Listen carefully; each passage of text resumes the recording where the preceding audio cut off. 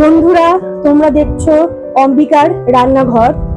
বৃহস্পতিবার মানেই কিন্তু সকলের বাড়িতে মোটামুটি নিরামিষ পদ রান্না হয়। তাই জন্য নিয়ে চলে এসেছি একটা নিরামিষ পদ, মোচা দিয়ে সোনামুগের ডাল। মোচাগুলোকে আমি এখানে ছোট ছোট করে কেটে নিয়ে একটু নুন আর হলুদ দিয়ে একটা ডেচকির মধ্যে একটু জল দিয়ে বসিয়ে নিয়েছি সেদ্ধ করবার জন্য। মোচাটা সেদ্ধ হচ্ছে।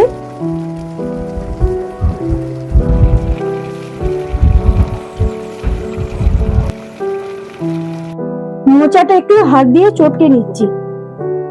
নিয়ে নিয়েছি এক বাটি সোনামুগ ডাল। এটা আমি এবার একটু শুকনো খোলায় ভেজে নেব।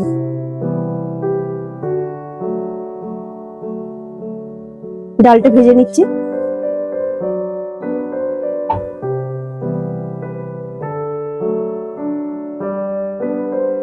ডালটা কিন্তু একদম ভাজা হয়ে গেছে। ডালের কালারটা কিন্তু বেশ লালচে লালচে হয়ে গেছে। সুন্দর একটা ভাজা মুগ ডালেরও গন্ধ বেরোচ্ছে। ব্যাস, এবার আমি গ্যাসের ফ্লেমটা অফ করে দেবো।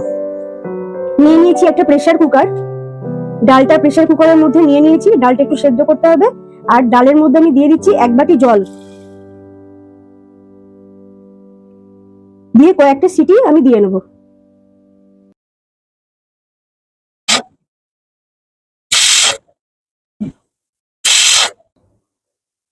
ডালটা বেশ আধা আধা সেদ্ধ হয়ে গেছে।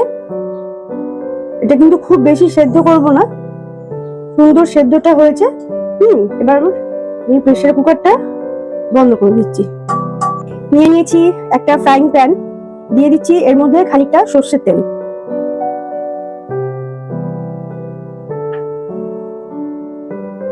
এবারে প্রথমে দিয়ে দেবো ফোড়নের জন্য তেজপাতা। 3টে তেজপাতা দিলাম।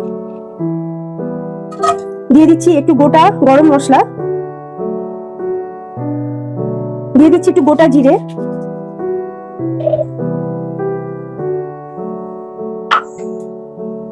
দিয়ে দিচ্ছি শুকনো লঙ্কা, দিয়ে একটু ভালো করে নাড়াচাড়া করে নেবো।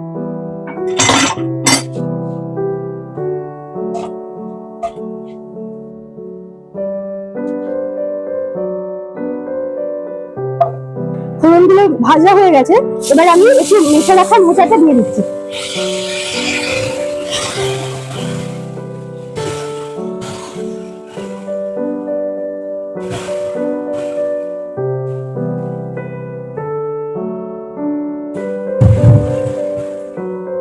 নাড়াচাড়া করে নিচ্ছি।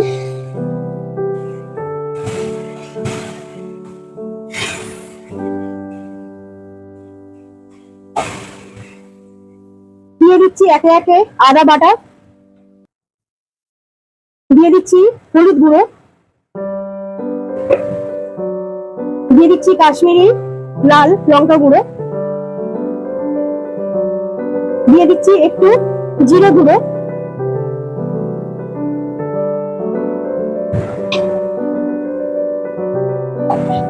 দিয়ে দিচ্ছি চিনি,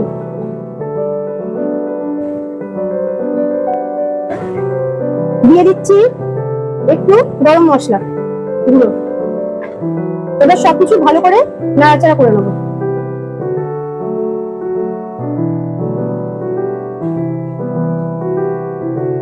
মোচাটা ভালো করে কষা হয়ে গেছে। খুব সুন্দর একটা গন্ধ আসছে।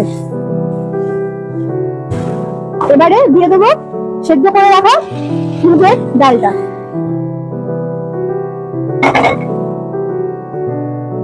উপর থেকে ছড়িয়ে দিচ্ছি পরিমাণ মতো লবণ।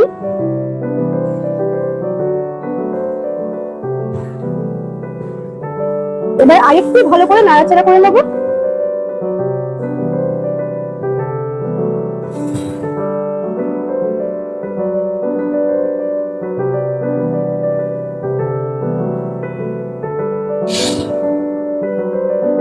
মোচাটা প্রায় সেদ্ধ হয়ে এসেছে। এবারে অল্প একটু জল দিয়ে দেবো। জল দিয়ে দিলাম। একটু নাড়াচাড়া করে এটা আমি এবারে ঢাকা দিয়ে দেবো।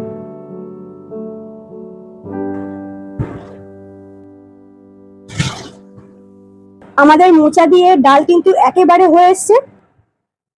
এবারে ওপর থেকে দিয়ে দিচ্ছি সামান্য একটু ঘি।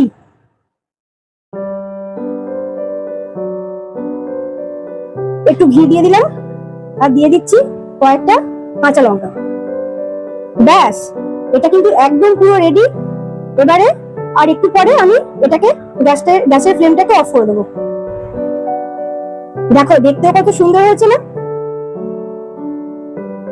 ভাতের সাথে কিন্তু এটা একদম পুরো জমে যাবে, ভাত রুটি, এটা কিন্তু একদম খুব ভালো লাগবে সবার খেতে। আশা করবো রেসিপিটা তোমাদের ভালো লাগবে। রেসিপিটা ভালো লাগলে অবশ্যই একটা লাইক, কমেন্ট আর শেয়ার করো।